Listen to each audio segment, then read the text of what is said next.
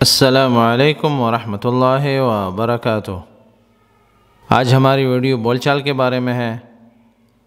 بول چال میں لایا ہوں آپ کے لیے چند الفاظ۔ چلتے ہیں اسکرین کی طرف، لیکن اسکرین پر جانے سے پہلے آپ کو بتاؤں، اگر آپ نے ابھی تک ہمارے چینل کو سبسکرائب نہیں کیا، سبسکرائب کریں، بیل کا بٹن ضرور دبائیں تاکہ آپ کو نئی ویڈیوز کے اپڈیٹس ٹائم سے ملتے رہیں۔ تو چلو چلتے ہیں اسکرین کی طرف اور دیکھتے ہیں کہ اسکرین پر آج ہمارے پاس کیا ہے۔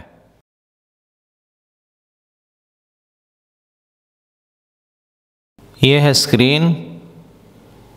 اسکرین پر سب سے پہلا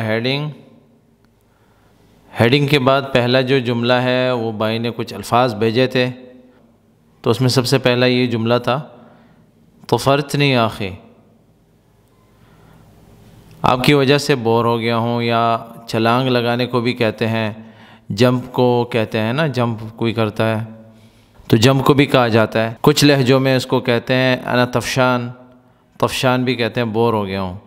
طفرتنی کا مطلب ہے کہ آپ نے اتنی لمبی چوڑی باتیں کی کہ مجھے جو ہے نا میں تنگ ہو گیا ہوں، تنگ آ گیا ہوں، بورنگ ہو رہی ہے، وغیرہ وغیرہ کے لیے استعمال ہو رہی ہے۔ تو آپ کسی چیز کے پیچھے پڑے رہتے ہیں، مثال کے طور پر آپ کسی کا پیچھا کرتے ہیں بار بار، اس کو ایک چیز پر جو ہے نا اس کا پیچھا نہیں چھوڑ رہے، کسی خاص کام کی وجہ سے ان سے کام کروانا وغیرہ، تو جب آپ سے تنگ آ جاتا ہے، تو جب اس کو بورنگ محسوس ہوتی ہے، آپ کو دیکھ کر ہی اس کو بورنگ محسوس ہوتی ہے کہ یہ دوبارہ جو ہے نا اپنی باتیں کرے گا وغیرہ وغیرہ، تو اس وقت اس طرح کے جملے استعمال ہوتے ہیں۔ تو یہ لہجے میں فرق ہوتا ہے، تو کچھ خاص لہجوں میں کچھ خاص موقعوں پہ استعمال ہوتا ہے۔ طفرتنی یا اخی، طفرتنی یا اخی، تو یا اخی تو کسی کو بھی کہہ سکتے ہیں کہ بھائی آپ نے مجھے تنگ کر دیا ہے، یا میں آپ سے تنگ آ گیا ہوں یار۔ طفرتنی، طفرتنی، طفر کا مطلب چھلانگ لگانے کو بھی کہتے ہیں۔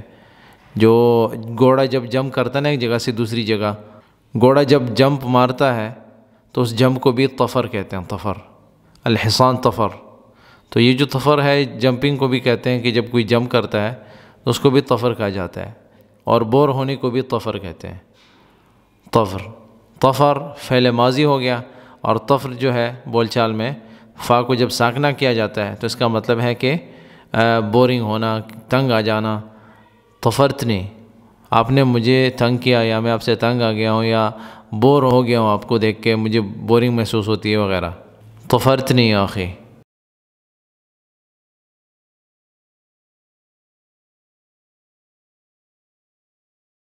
فعل اللہ ولا فعلک، فعل اللہ ولا فعلک، ہوگا وہی جو اللہ کو منظور ہو، وہ ہوگا جو اللہ چاہے، یعنی ہوگا وہی جو اللہ کی مرضی ہوگی۔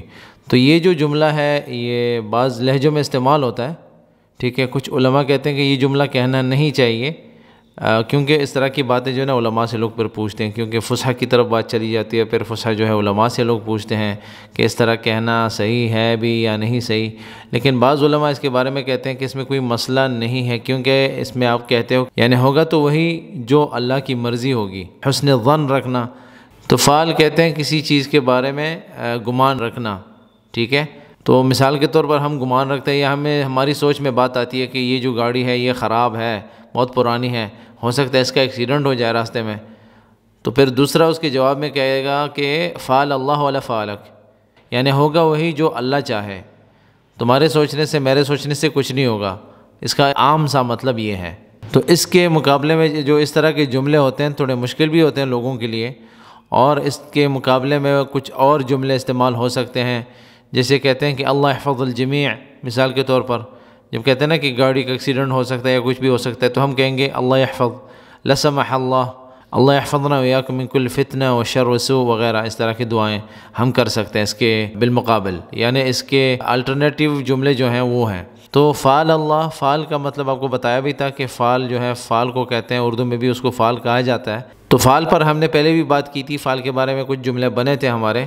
فعل جو ہے وہ گمان ہوتا ہے، انسان کو گمان رکھتا ہے، یا کسی چیز کے بارے میں سوچتا ہے کہ مستقبل میں یعنی آنے والے زمانے میں ایسا ہوگا۔ اور جو کچھ لوگ ہوتے ہیں جو فعل دیکھنے والوں کے پاس چلے جاتے ہیں، فعل دکھاتے ہیں وغیرہ وغیرہ، اس طرح کی جو چیزیں ہوتی ہیں۔ تو فعل تو آپ کو پتہ چل گیا کہ فعل جو ہے نا اپنے فیوچر کے بارے میں جاننا، اپنے فیوچر کے بارے میں کچھ گمان رکھنا، کچھ سوچنا، تو اس کے لیے استعمال ہوتے ہیں اس طرح کے الفاظ۔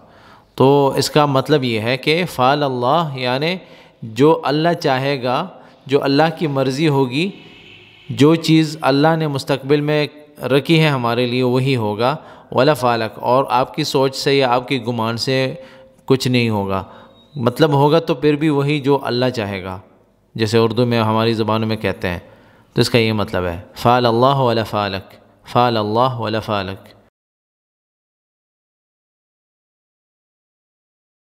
والنعم باللہ، والنعم باللہ، ونعم باللہ بھی کہہ سکتے ہیں، والنعم باللہ بھی کہہ سکتے ہیں، الف لام ملائیں یا نہ ملائیں دونوں چلتا ہے۔ تو نعم جو ہے، نعم بھی بولتے ہیں بول چال میں، اور نعم بھی آتا ہے قرآن میں، حسبنا اللہ ونعم الوکیل، نعم الوکیل۔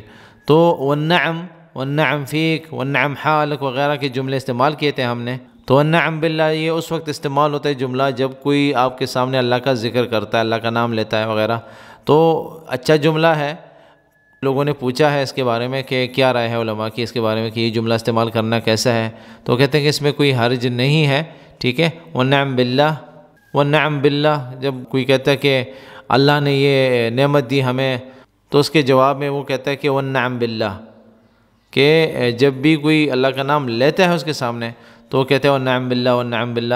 لیکن اس سے بہتر یہ ہے کہ ہم کہیں کہ لا الہ الا اللہ، سبحان اللہ، الحمدللہ، ماشاء اللہ وغیرہ وغیرہ، کیونکہ جو جملے حدیثوں میں آئے ہیں اور جو جملے نبی صلی اللہ علیہ وسلم سے ثابت ہیں حدیث وغیرہ میں، تو وہ استعمال کرنا زیادہ اچھا ہوگا، کیونکہ ثواب بھی ملے گا اور بہترین جواب ہوگا وہ۔ کیونکہ عربی تو ہم اپنی زبانوں میں سیکھ رہے ہیں، اور دوسری بات یہ ہے کہ ہم لہجوں میں سیکھ رہے ہیں، تو لہجے میں اور فصیحہ میں فرق ہوتا ہے۔ تو جو فصیحہ عربی ہے اس میں والنعم باللہ اگر آپ کہتے ہیں تو بھی صحیح ہے، جب کوئی اللہ کا نام لیتا ہے تو آپ کہتے ہیں مثال کے طور پر کہ والنعم باللہ۔ کسی نے کہا کہ اللہ نے مجھے بیٹا دیا ہے، آپ کہتے ہیں والنعم باللہ، یا کسی نے کہا کہ اللہ نے مجھے گاڑی دی ہے، آپ کہتے ہیں والنعم باللہ۔ تو اس کا معنی یہ ہے، معنی بتا رہا ہوں۔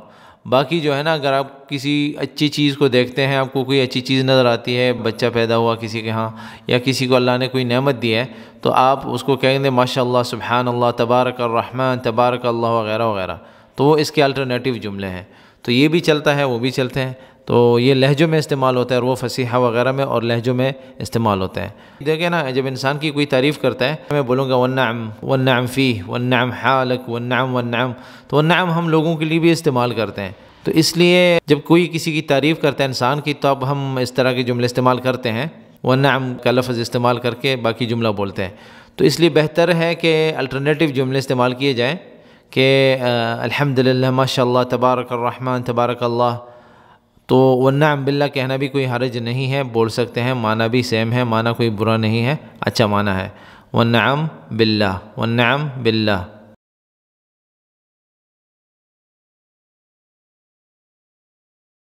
علی، علیک، علی، علیک، علی کا مطلب ہے پر، علیک بھی اصل میں علی ہے شروع میں، اور کاف ملا کر جو ہے یا کو حرکت سی دی ہے، اس کو ہم نے سکون دیا ہے، ٹھیک ہے، یا بھی حرکت میں آ گئی تو علیک ہو گیا۔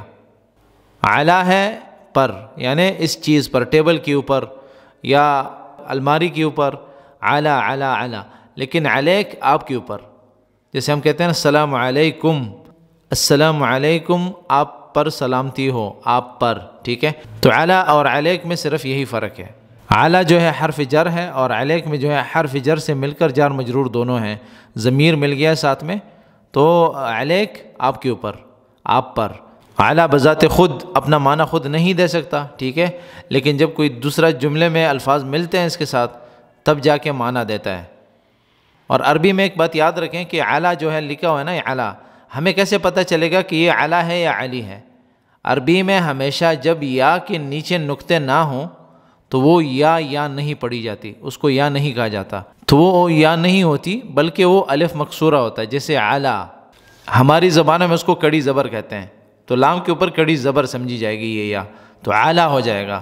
اور علیک میں کیونکہ کاف مل گیا ساتھ میں تو یا کو ہم نے حرکت دی ہے، علیک، علی، علیک، علی، علیک۔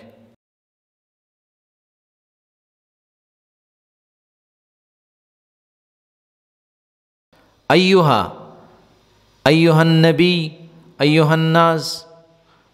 تو ایک بھائی نے پوچھا تھا کہ ایہا ہم مفرد کے لیے یعنی ایک کے لیے استعمال کر سکتے ہیں یا یہ جمع کے لیے استعمال ہوتا ہے، اس طرح کا کچھ سوال تھا۔ تو یہ دونوں کے لیے استعمال ہوتا ہے اور دونوں مثالیں میں نے دی ہیں۔ مثال کے طور پر نبی جو ہے مفرد لفظ ہے، نبی، یا ایہا النبی قرآن میں آیا مثال کے طور پر، یا ایہا النبی۔ اور نماز میں جب ہم پڑھتے ہیں السلام علیکہ ایہا النبی، تو النبی جو ہے ایک آدمی ہوتا ہے، نبی ایک شخص کو کہتے ہیں، انبیاء اس کی جمع ہے، ٹھیک ہے۔ اور ناس جو ہے، الناس لفظ مفرد ہے لیکن یہ جمع پر لاگو ہوتا ہے، ٹھیک ہے۔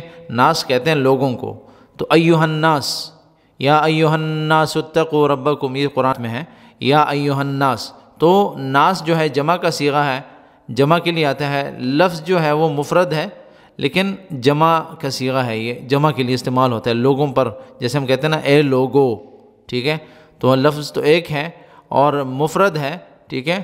نبی جو ہے ایک آدمی کے لیے ہے، الناس بہت سے لوگوں کے لیے ہے، تو دونوں پہ ہم ایہا لگا سکتے ہیں۔ تو مفرد کے لیے بھی آتا ہے، جمع کے لیے بھی آتا ہے۔ جیسے ہم یہ بھی کہہ سکتے ہیں یا ایہا الذین، یا قل یا ایہا الکافرون۔ تو ایہا جو ہے ایک کے لیے بھی آتا ہے اور جمع کے لیے بھی آتا ہے، ایہا۔ تو ایہا میں دو چیزیں ہیں، ایو جو ہے منادہ ہے، جس کو آپ پکار رہے ہیں اس کو آپ آواز دے رہے ہیں، ٹھیک ہے۔ ہاں جو ہے وہ تنبیہ کے لیے ہے، تنبیہ کا مطلب کسی کو خبر کرنا، خبردار کرنا، ٹھیک ہے، اس کو خبردار کر رہے ہیں آپ۔ تو اے فلان، اردو میں تو ہم کہتے ہیں اے فلان، لیکن عربی میں جو ہے نا جتنے بھی حروف بڑھتے ہیں تو اس بات کی اہمیت بڑھ جاتی ہے، ٹھیک ہے۔ توکید کے لیے آتا ہے، کسی چیز کو تاکید میں لے کے آنے کے لیے، کسی چیز کو بہت زیادہ اہمیت دینے کے لیے۔ تو ایہا میں کیا ہے کہ ایک تو آپ پکار رہے ہیں اس کو، دوسرا تنبیہ کے لیے بھی ہاں ملا دیا ساتھ میں کہ اے جیسے ہم اردو میں کہتے ہیں نا، کیونکہ اردو میں اس طرح کے الفاظ نہیں آ سکتے۔ آپ کو پہلے بھی بتایا تھا کہ کچھ زبانوں میں کچھ جملے ایسے ہوتے ہیں کہ دوسری زبان میں اس کا بعینی ہی ترجمہ کرنا آسان نہیں ہوتا۔